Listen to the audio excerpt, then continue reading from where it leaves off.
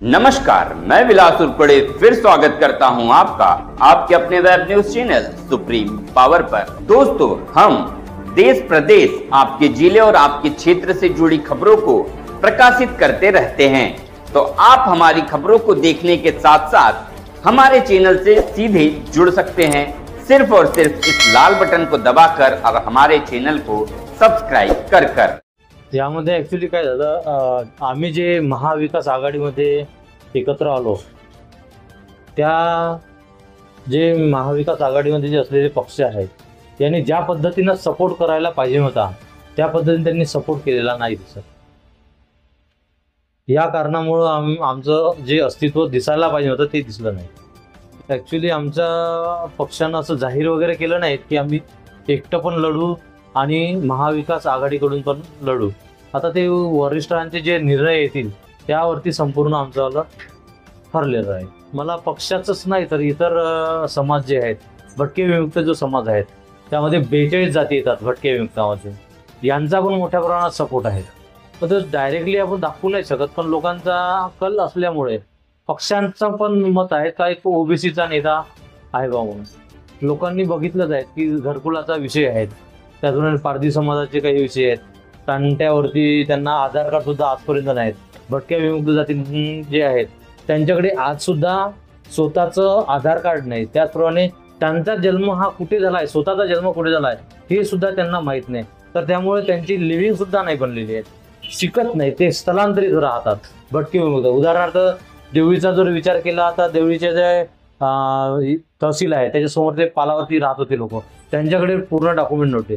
वर्धेचा जर विचार केला, शांतीनगर आहे तिथे मदारी समाज असतो, त्यांच्याकडे सुद्धा डॉक्युमेंट नाही आहेत, स्वतःचं त्यांच्याकडे आजपर्यंत म्हणजे कास्ट सर्टिफिकेट नाही आहेत, त्यांच्या मुलांकडे सुद्धा कास्ट सर्टिफिकेट नाही आहेत। त्या कास्ट सर्टिफिकेट नसल्यामुळे त्या विद्यार्थ्यांना शिक्षण घेण्यामध्ये भरपूर सारे प्रॉब्लेम येत आहेत।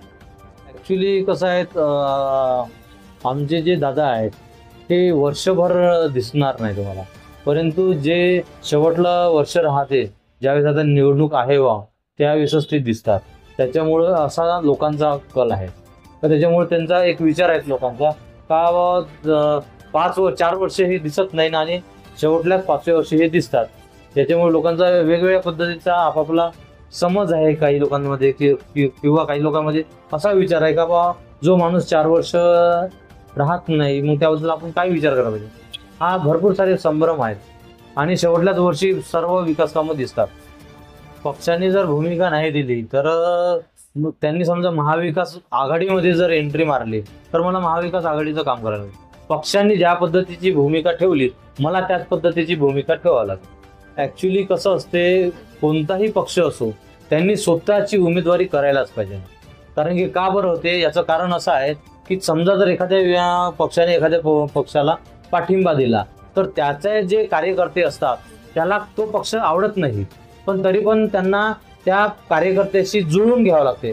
यामध्ये वादाची ठिणगी तयार होते आणि त्याच्यामुळं तो जो कार्यकर्ता आहे तो वेगळा होऊन जातो, यामुळे कार्यकर्ते सुद्धा तुटतात। म्हणून पक्षांची, कोणताही पक्ष असो, त्याची फायनल हीच असली पाहिजे गोष्ट का बा तो माझा पक्ष आहे आणि माझ्या पक्षाचाच उमेदवार हा उभा असला पाहिजे, ही भूमिका आजपर्यंत कार्यकर्त्याची असतेच। यामध्ये भरपूर सारा प्रॉब्लेम असतो, कारण की काय एखाद्या विशिष्ट जातीचीच मक्तेदारी पण झालेली दिसते प्रत्येक ठिकाणी, तर तसाच आमचा वर्धा जिल्हा त्याच पद्धतीनं चालतो आहे। तर समाजाने हा विचार करायला पाहिजे का तो उमेदवार कसा आहे, तो उमेदवार लायबल आहे की नाही, शिकला सवरला आहे की नाही, तो काय करू शकतो। जसं माझं व्यक्तिमत्व जे कणखर आहे, मी एखाद्याला म्हणेन का तुझं काम होणार तर होणारच, मग मी डायरेक्ट काय म्हटलं त्याला का तुझं काम होणार नाही बुवा, ह्या तुट्या यामध्ये दिसत आहेत।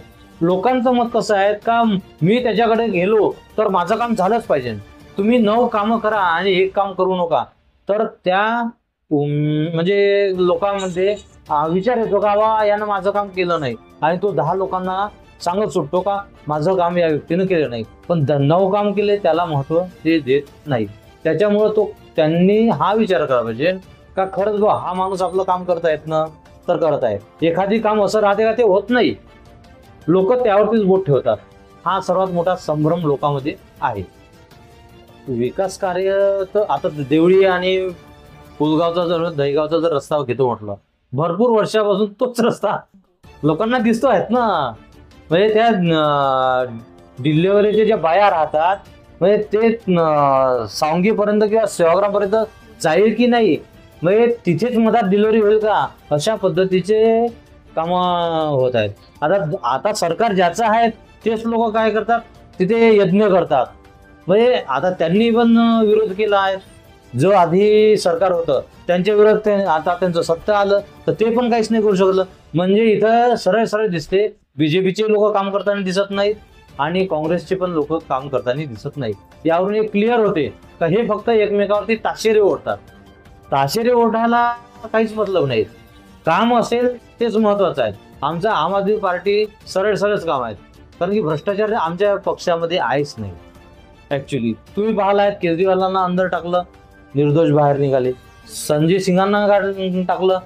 कसं आहे, यांच्याकडे ठोस पुरावा नाहीत. हे फक्त यानं म्हणलं त्यांना म्हणलं म्हणून अंदर टाकलेलं आहे. हे सर्व जनतेने पाहिले आहेत देशातल्या. आणि सर्वांना माहित आहे का ऍक्च्युली काय गोष्ट आहे म्हणून. त्यांना सर्वांना माहित आहे का या आम आदमी पार्टीच्या मोठ्या कार्यकर्त्यांना त्रास देणं चालू केलं आहे. आणि हे पक्ष लढला नाही पाहिजे ना, हा त्याच्या मागची यांची भूमिका आहे.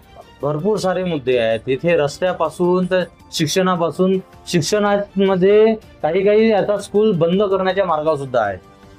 म्हणजे स्वतःहून गव्हर्नमेंट बंद करत आहेत आणि 10-12 गावं मिळून एक स्कूल तयार करायची अशी चुकीची संकल्पना आहे.